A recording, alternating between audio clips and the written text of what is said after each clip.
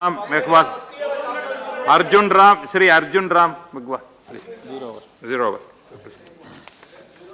Those who are written speech, you can submit on the table. They will be collected. If anybody written speech, the members can place on the table. You can give, please. You can give. धन्यवाद सभापति महोदय। मैं आपके माध्यम से अति महत्वपूर्ण लोक महत्व के मुद्दे की ओर ध्यान आकर्षित करना चाहता हूं।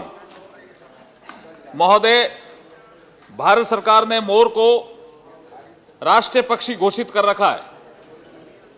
पीकॉक को राष्ट्रीय पक्षी का दर्जा दे रखा है, लेकिन समुचित संरक्षण नहीं होने के कारण मोरों की आए दिन हत्याएं हो रही है। मैं राजस्थान से आता हूं, राजस्थान के बीकानेर संसदीय क्षेत्र को रिप्रेजेंट करता हूं। मेरे क्षेत्र में भी श्री डूंगरगढ़ मुख्यालय पर वन विभाग की नर्सरी में मोर मृत पाए गए और मेरे पड़ोस में ही नागौर जिला है, जहां पर परबतसर में मोरों की हत्याएं हुई है।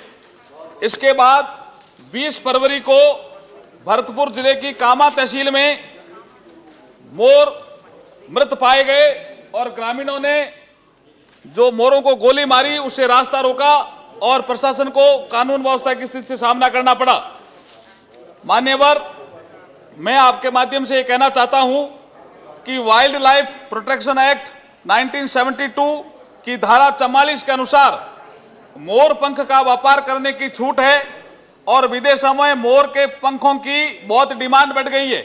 इसलिए असामाजिक तत्वों ने मोर को मारना शुरू कर दिया है और बड़ी संख्या में मोरों के अंगों को, मोर के पंख और मोर के अंगों को निर्यात कर रहे हैं। इसलिए ये जो घटनाएं हो रही हैं, इसलिए राष्ट्रीय पक्षी कहीं विलुप्त नहीं हो जाए।